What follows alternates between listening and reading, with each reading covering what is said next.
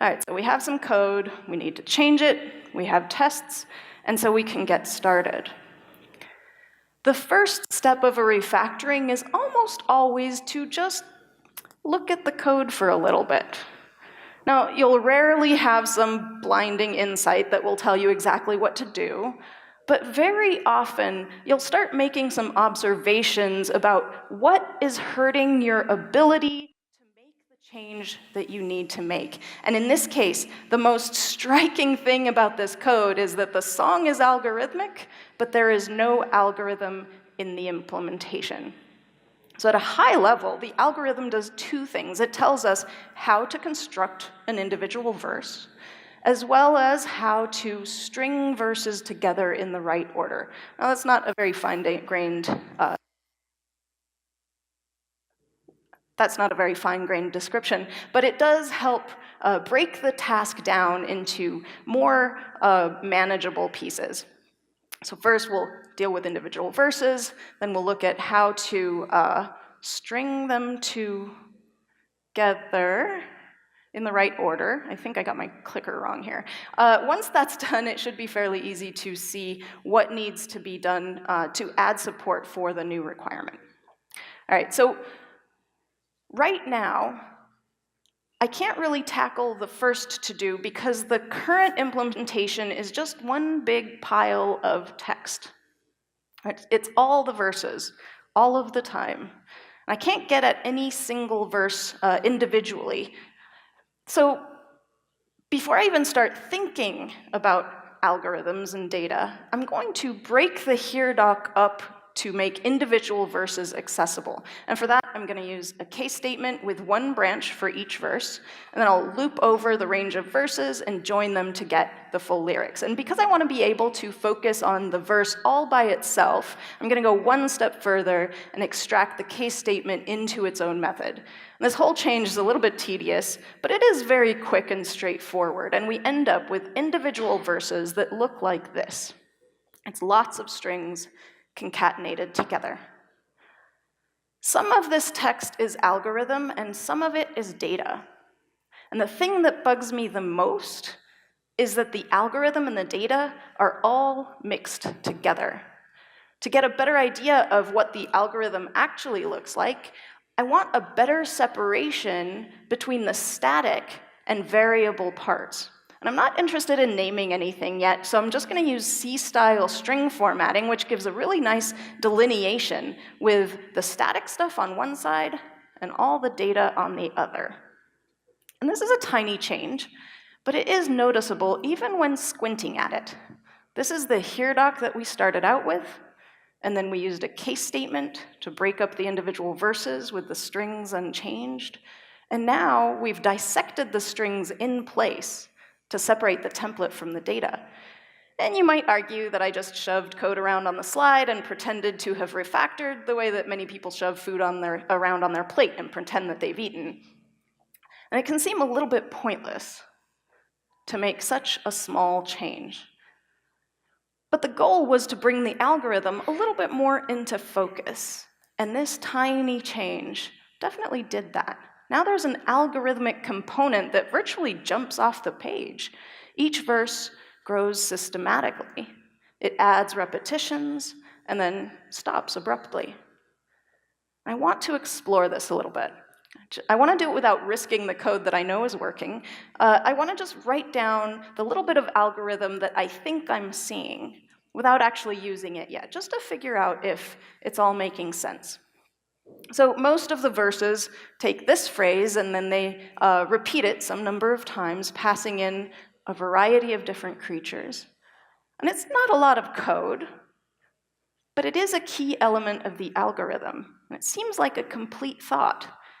And when something in the code feels coherent and solid like this, it's worth making an attempt at naming it. This particular part of the song is trying to explain the reasoning behind her behavior, right? It's talking about why this little old lady would ever do such a thing as swallow a bird or a dog or a goat. In other words, we're talking about her motivation. We need to call this method some number of times, each time with different data. And this is another little piece of the algorithm.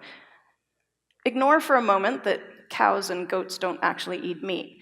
And notice that the predator in one verse becomes the prey in the next. We essentially have the same list hard-coded twice, but algorithmically, it should just be one list. And this, too, is a concept in the song's algorithm, and we should give it a name. Notice the order of the animals here. This is not the order of the verses. The natural order of the algorithm is based on how it lives in the code, and that is the order of predation. Who eats whom? So now our experimental bit of algorithm looks like this. It takes the two concepts that we've already named, critters and motivation, and it combines them into a bigger story. All of these critters are taking part in a larger drama where each successive iteration through the loop intensifies and exaggerates this poor lady's discomfort. This chunk of code needs a name. Here we're talking about the sequence or chain of events that describe a sort of bizarre food chain. There is a trade-off here. We've taken something that was blindingly simple, and we've complicated it. We've paid a price, but we have gained something important in return. Our mindless simplicity was hiding information, and the complexity is revealing the bones of the algorithm. Now remember, I've not actually used the code anywhere. I've been doing all this experimentation as a parallel implementation, just to see what it might look like. And now I feel ready to swap it into the actual code. This here is the first place where the algorithmic bit occurs. Here we are in verse 2. If you swap out this line with a call to the chain method, the tests blow up because it generates the entire chain, not just the line that we need. When my tests fail during a refactoring, the first thing that I do is undo my changes to get the tests back to green. And this might seem odd to you. It's obvious what's wrong. I could just fix it. Why undo? Here's the thing. I think I know exactly what's wrong, but I have been wrong about what I think is wrong so many times. And when you're right about what's wrong, it's fine. But as soon as the first fix doesn't actually fix it, that's how you get sucked into that rabbit hole that ends with a git reset hard hours later. Now, some people have a rule that their tests cannot fail twice in a row, like during a refactoring. That's a really good rule, but I'm kind of lazy and I don't bother counting, so if it blows up, I just back it out.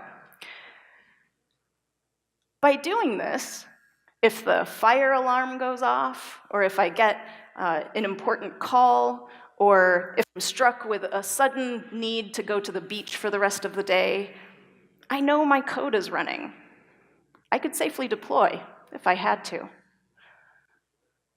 When your refactoring steps are really small, like the one that we just took, it doesn't even hurt to throw it away. Right? Usually you're just throwing away a few seconds of work or a few minutes at most. And it doesn't really even feel wasted because you'll have learned something that gives you an idea of a better change to make. So, back in the code. The problem is that I forgot that we don't need the chain with all of the critters in all of the verses. We just need the critters that we have introduced so far in the song. So now, when we call chain in verse 2, the tests pass, which is good. So let's look at verse 3. Swapping in the chain here fails. And it turns out the chain is generating this sequence of events, which seemed right, but actually the original song always throws on some extra commentary when it talks about the spider. Right? This is exactly like the real world. It's never as tidy and neat as you want it to be. So it does this for every single verse where it describes the bird catching the spider. So back that change out, get the test suite back to green, and let's rethink this. One part of the chain is not like the rest. And what you'll see in most code bases when you have a rule with an exception is a conditional.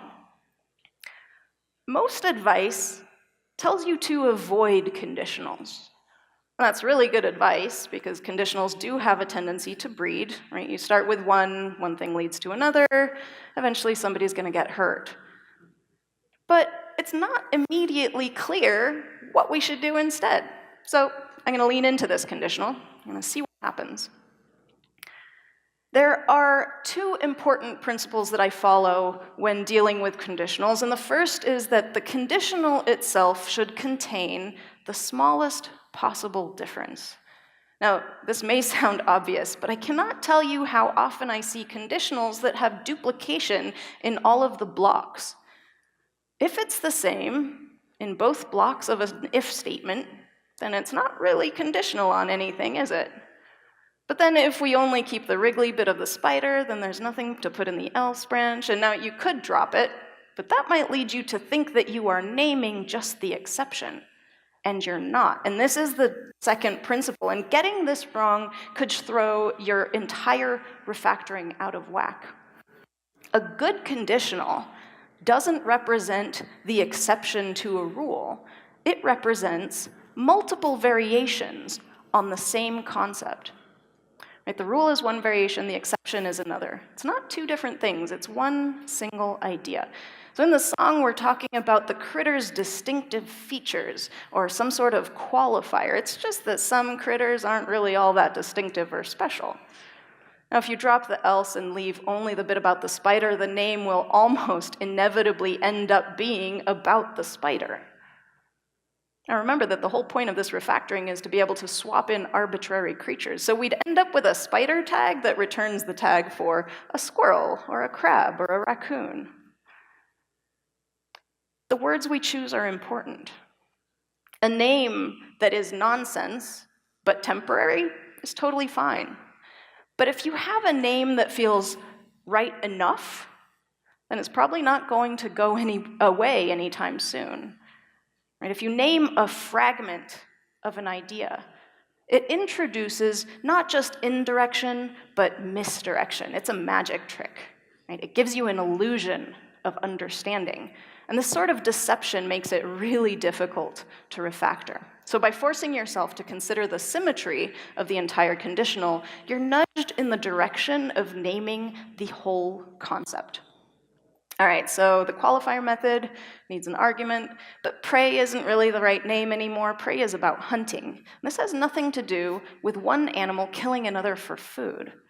Right? It's about the critter itself. And now this conditional feels right. Now take a moment to look at it. It contains the smallest possible difference. It's symmetrical, containing both the exception and the rule. The name doesn't misinform. It's about a general concept in the song. And notice that the result of the method depends solely on the argument that is passed in. Right? This method could live anywhere. It could be a global function for all we care. It doesn't depend on anything to do with the song class. Earlier in the refactoring, we identified the concept of a critter.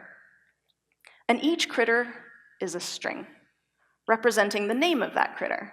But now it turns out that there's more stuff associated with a critter. Right? Each one also has a qualifier. And with our qualifier method, we're trying to decorate this simple critter with more behavior. And the official name of this code smell is primitive obsession. And the remedy for primitive obsession is to identify the object that is struggling to get out. Right? Our critter is not a string. It's an object. And this is the turning point for the entire refactoring. Now suddenly it's clear that all the variable bits and pieces in this song are associated with this critter object. Right? We can comb through the song and find all the parts that are about an individual critter and then flesh the object out. And the delightful thing is that in doing so, the conditional that we started with completely disappears. Right? It was very useful to help identify the concept, but once we did, we no longer even needed it. So it turns out there are three things that a critter might have: the name of the animal, and then there's the qualifier that we just identified, and then finally, there's a little bit of commentary from the narrator, which is used in each verse for the animal that is the subject of that verse. So for the sake of the refactoring, we can instantiate all of the critters based on the data that we extracted, tweak the algorithm so that it uses the objects instead of the strings, and finally we can swap the algorithm straight into the verses. So here's the 7th verse. This is the second to last one, and I chose it because it has the longest chain in it, so it should be a really good example of the algorithm. In the first line, we need to get the right creature, and then we want the name of it. The next line is the same creature, and we're calling the commentary method on it, but I renamed it aside because I needed to fit it on this slide. And this time, swapping in the chain works seamlessly. And then the last line is always the same for all of the verses. And it's the very last critter in the list, which is the one that started the whole cascade of trouble back in the first verse. So at the start of this whole process, in thinking about the algorithm, it felt useful to divvy it up into roughly 3 phases: how to construct a verse, how to string them together, and then implementing the new feature. And we have nailed that first bit. And we have a great separation now between the parts that remain the same and the parts that vary. And also, our code is basically stringing the verses together correctly. Like, we kind of got that one for free. But we can't swap in arbitrary creatures just yet. There are 2 things getting in the way. We have a hard-coded constant with all the data that the algorithm is operating on. And then in several places, we have assumptions. Hard-coded assumptions about how many creatures we actually have. And the hard-coded constant is really straightforward to deal with, so let's do that first. We're referencing it when we instantiate the critters. So rather than rely on the constant, we can add a little bit of indirection by creating an initialize method, which is a constructor in Ruby. And we can inject the data constant as a default value, which will allow the caller to override it. And we need to store the data and then make it available via getter method, and then refer to the stored data rather than referring directly to the constant. And that is it for the constant. So that was 4 tiny steps, and each step was safe. In the context of a refactoring, safe has a very precise and technical definition. A safe step is one change where the code will work both before and after the change. In other words, if you refactor with safe steps, the tests will pass the whole time. All right, so we dealt with the data constant. Next, we'll tackle the assumptions that there are 8 creatures, and this happens in several places. The first is when we generate the lyrics for all of the verses, we create a range object that goes from 1 to 8, and we iterate over that range. And this is straightforward to fix because we have an array of critters. We can get the length of that array. A slightly more resistant problem is the verse method's case statement. Right? It has 1 block for each verse, again with the assumption that there will always be 8 verses and only ever be 8 verses. Most of these blocks are very similar. The only difference between them is that they hard code the number of the verse that they are on. We happen to have a variable handy for this. This is I, which is passed to the verse, which we then use to switch on in the case statement. So once all of the verses that have a chain are identical, we can collapse them into a single block. And the 2 remaining verses are already identical, so we can combine those as well.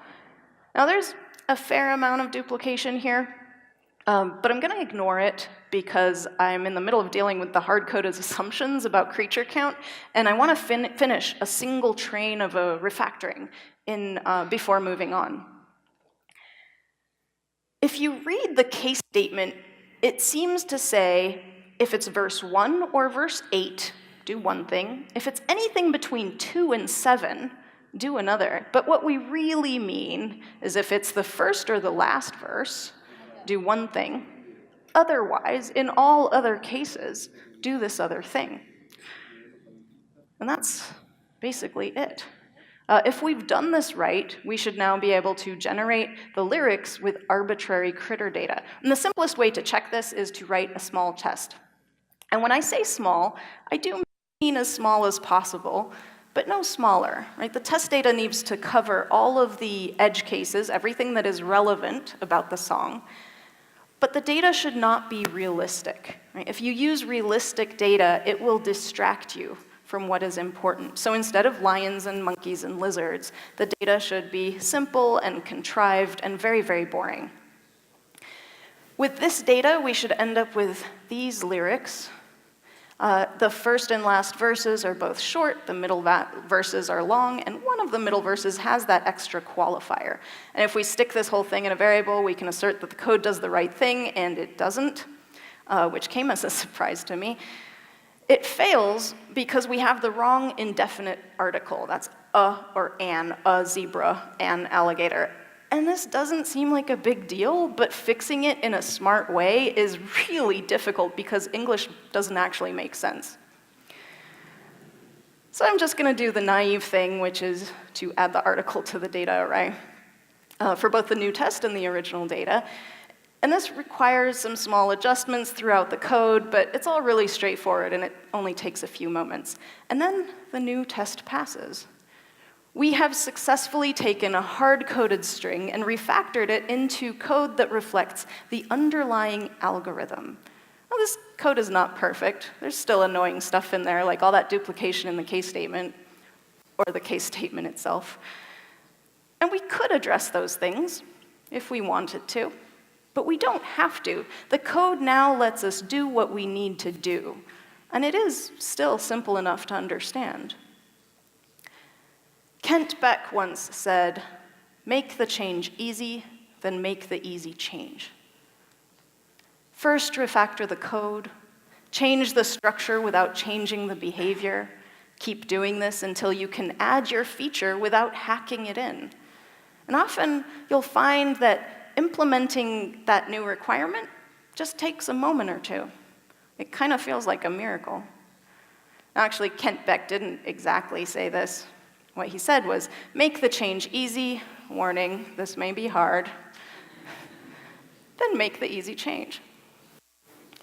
There is exactly one thing that I hope that you will take away from this talk, and that is to take smaller steps.